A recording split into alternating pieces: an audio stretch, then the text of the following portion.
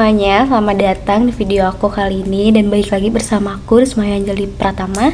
Di sini aku akan membahas fenomena yang sudah lama menjadi perbincangan, yaitu tentang sistem pendidikan di Indonesia yang kerap kali mengalami perubahan, terutama pada kurikulum. Nah, kita tahu bahwa di Indonesia setiap kali pemerintahan baru terbentuk, kurikulum pendidikan di Indonesia pun seringkali mengalami perubahan atau seringkali dirombak. Nah, kenapa sih hal ini tuh bisa terjadi? Apa dampaknya bagi para siswa, guru, dan orang tua? Nah, di video kali ini ayo kita bareng-bareng bahas tentang fenomena tersebut.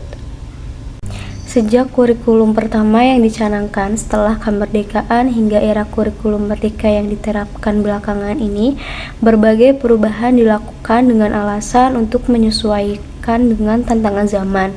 Kurikulum 1947 misalnya diciptakan dengan semangat nasionalisme untuk membentuk karakter bangsa yang baru merdeka.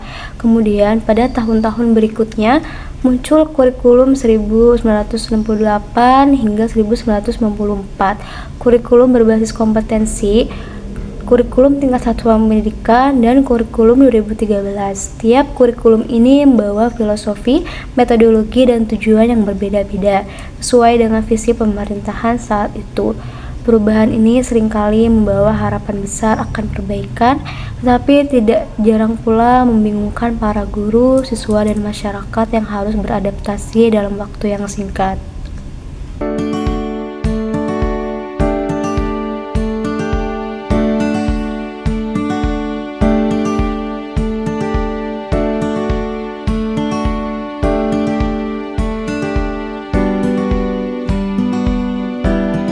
Pada awal kemerdekaan, kurikulum kita lebih berfokus pada pembangunan karakter dan nasionalisme.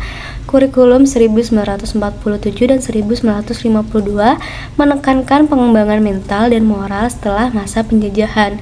Kemudian, di era 1964, kurikulum mulai menambahkan aspek keterampilan agar anak-anak siap bekerja di sektor industri. Namun, setelah peralihan ke Orde Baru, pada tahun 1968, kurikulum diubah lagi untuk memperkuat ideologi Pancasila dan membangun semangat persatuan. Ketika era reformasi dimulai, kurikulum juga mengalami penyesuaian untuk mengikuti perubahan sosial dan politik. Di tahun 1994, lahirlah kurikulum yang lebih fleksibel, namun sayangnya seringkali masih terlalu fokus pada hafalan. Disinilah kita mulai melihat tantangan utama sistem pendidikan kita yang terlalu sering berubah tanpa memberikan waktu yang cukup untuk evaluasi. Setiap kurikulum berubah, para guru di Indonesia tentunya harus menyesuaikan lagi dan lagi. Proses ini membutuhkan waktu dan tidak jarang guru juga belum sepenuhnya memahami satu kurikulum. Namun, sudah harus belajar yang baru. Perubahan yang terlalu sering ini seringkali membuat siswa dan guru menjadi korban dari ketidakpastian dan kebijakan pendidikan. Nah, selanjutnya ada kurikulum berbasis kompetensi atau KBK 2004. KBK 2004 ini merupakan upaya untuk memperbaiki kurikulum 1994 dengan menekankan pada pengembangan kompetensi siswa baik dalam aspek pengetahuan, keterampilan, maupun sikap. Fokus utamanya adalah pada penguasaan kompetensi dan keterampilan siswa, bukan hanya pengetahuan akademik saja. Pendekatan ini berusaha membuat siswa lebih aktif, kreatif, dan kritis dalam belajar dengan lebih banyak kegiatan praktis dan berbasis proyek. Namun, implementasi dari KBK 2004 ini di lapangan mengalami banyak kendala karena belum semua guru siap dengan metode pengajaran berbasis kompetensi. Selain itu, standarisasi penilaian kompetensi juga menjadi tantangan tersendiri. Setelah kurikulum berbasis kompetensi, lahirlah kurikulum tingkat satuan pendidikan atau KTSP 2006. Nah, KTSP ini adalah hasil evaluasi dari KBK dan memberi sekolah lebih banyak kebebasan dalam menyusun kurikulum mereka sendiri. Sekolah-sekolah biasanya diberi kebebasan untuk menyesuaikan kurikulum dengan kebutuhan lokal. Nah, ini biasanya disebut dengan tingkat satuan pendidikan.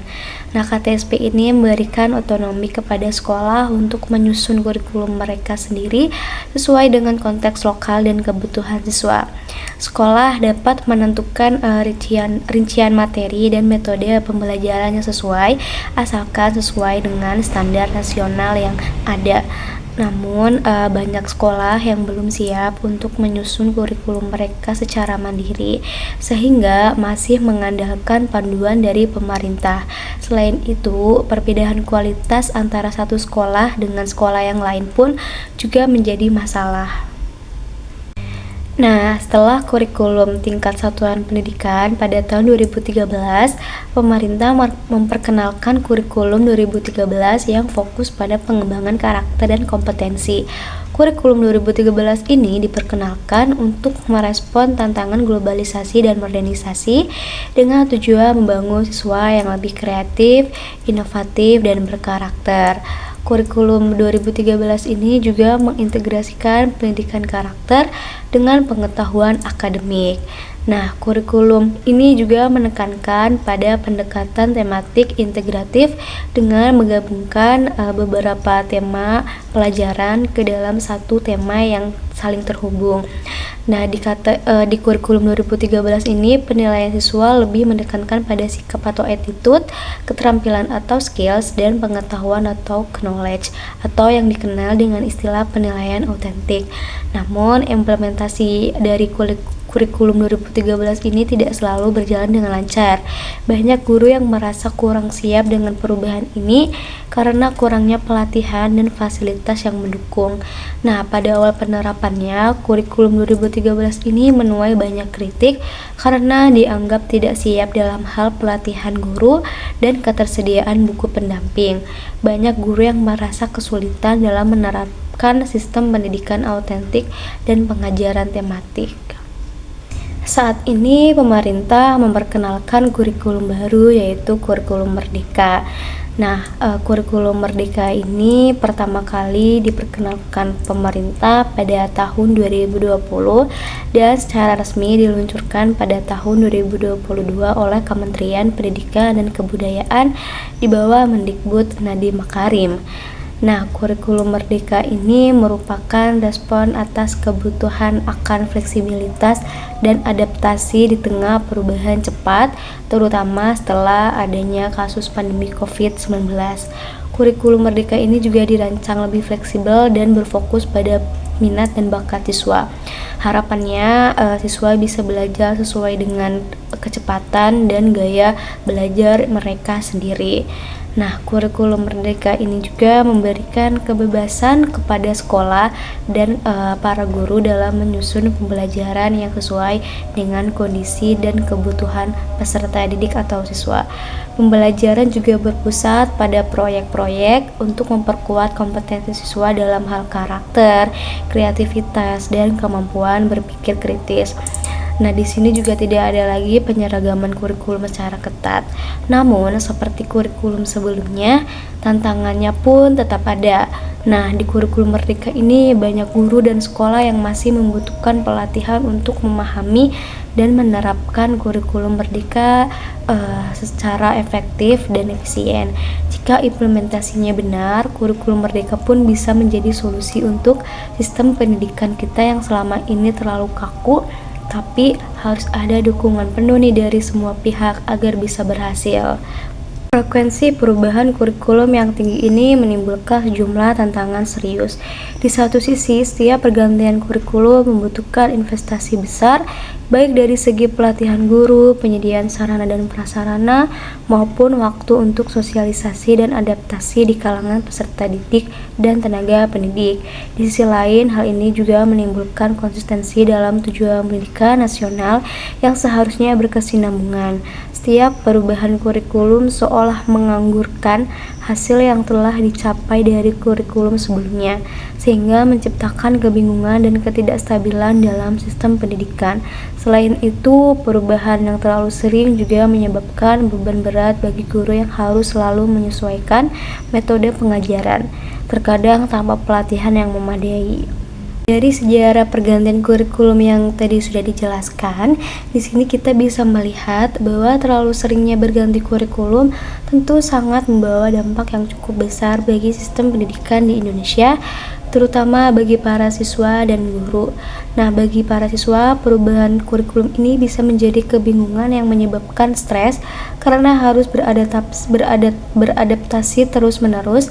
Sementara bagi para guru, mereka harus selalu menyesuaikan metode mengajar mereka dengan standar yang baru, yang kadang tidak didukung dengan adanya pelatihan yang memadai bagi para guru. Seperti yang telah kita bahas sebelumnya, perubahan kurikulum di Indonesia ini ternyata dipengaruhi oleh berbagai faktor kompleks. Nah, berikut ini adalah analisis lebih mendalam mengenai beberapa faktor utama terkait perubahan kurikulum. Yang pertama ini ada faktor politik berkaitan dengan pergantian pemerintahan. Nah, setiap pemerintahan pastinya memiliki visi dan misi yang berbeda-beda terkait pendidikan. Perubahan kepemimpinan ini seringkali diikuti dengan perubahan kebijakan pendidikan termasuk kurikulum. Kemudian setelah pergantian politik ada agenda politik. Nah, kurikulum di sini seringkali dijadikan sebagai alat untuk merealisasikan agenda politik suatu pemerintahan. Kemudian ada tekanan publik. Tekanan dari kelompok masyarakat atau partai politik tertentu dapat mendorong perubahan kurikulum. Yang kedua ada faktor sosial dan budaya. Faktor sosial budaya ini berkaitan dengan perubahan nilai dan norma. Dalam perubahan nilai dan norma masyarakat, seperti semakin meningkatnya kesadaran akan pentingnya lingkungan atau kesetaraan gender, mendorong perubahan dari isi kurikulum tersendiri. Kemudian ada perkembangan agama. Nah, dalam perkembangan agama ini, perubahan dalam pemahaman dan praktik agama dapat mempengaruhi isi materi pelajaran agama dan etika. Kemudian ada globalisasi. Nah, pada globalisasi sendiri, pengaruh budaya asing dan perkembangan teknologi informasi dapat membuat kurikulum perlu disesuaikan agar siswa dapat bersaing di tingkat global. Yang ketiga ada faktor perkembangan ilmu pengetahuan dan teknologi. Ini berkaitan dengan pengetahuan baru, perubahan teknologi, dan persaingan global. Nah, pada pengetahuan baru, munculnya pengetahuan baru di berbagai bidang ilmu mendorong perluasan dan pembaruan materi pelajaran. Kemudian pada perubahan teknologi, perkembangan teknologi informasi dan komunikasi mengubah cara belajar dan mengajar, sehingga kurikulum perlu disesuaikan lagi. Nah, pada persaingan global, untuk menghadapi persaingan global, kurikulum perlu diperkaya dengan keterampilan yang dibutuhkan di era digital sekarang ini. Faktor yang keempat ada faktor pendidikan. Ini berkaitan dengan penelitian pendidikan, perkembangan teori pembelajaran, dan standar internasional. Nah, pada penelitian pendidikan ini, hasil penelitian pendidikan yang terbaru dapat memicu perubahan dalam metode pembelajaran, evaluasi, dan isi dari kurikulum. Kemudian pada perkembangan teori pembelajaran ini seperti konstruktivisme atau pembelajaran berbasis masalah dapat mempengaruhi desain dari kurikulum sendiri. Kemudian standar internasional. Nah, tekanan untuk mencapai standar internasional ini dalam pendidikan juga mendorong perubahan kurikulum. Dalam konteks global, Indonesia juga menghadapi tantangan tersendiri dalam mengejar ketertinggalan pendidikan dengan negara-negara lain. Seringnya perubahan kurikulum membuat Indonesia sulit untuk berfokus pada pengembangan kualitas pendidikan secara berkelanjutan dan terukur. Sementara di negara-negara maju membangun sistem pendidikan mereka dengan kurikulum yang stabil dan berfokus pada peningkatan kompetensi abad ke-21. Indonesia justru masih berkutat pada masalah dasar kurikulum yang terus berubah. Padahal kualitas pendidikan yang stabil dan berorientasi jangka panjang adalah kunci bagi generasi muda Indonesia untuk menghadapi tantangan globalisasi, teknologi, dan perkembangan zaman. Maka pertanyaan penting yang perlu dijawab adalah sampai kapan sih pendidikan di Indonesia akan terus diombang-ambingkan oleh kebijakan politik yang cenderung temporer? Dan kapan sih akhirnya Indonesia dapat menciptakan sistem pendidikan yang solid dan stabil? Serta kapan Indonesia benar-benar berfokus pada kebutuhan anak-anak bangsa dan mempersiapkan mereka untuk menjadi individu yang siap bersaing di tingkat global?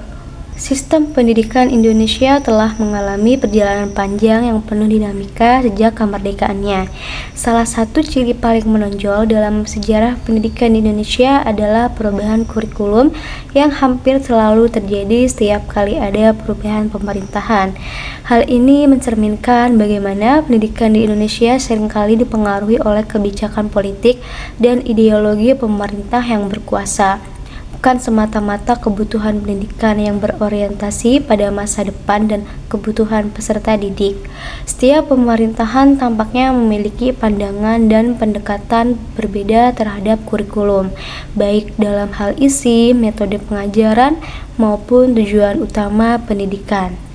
Dalam jangka panjang, sistem pendidikan yang stabil dan kurikulum yang konsisten akan membantu menciptakan generasi yang tidak hanya memiliki pengetahuan akademik saja, tetapi juga memiliki keterampilan berpikir kritis, kreatif, dan adaptif terhadap perubahan yang ada.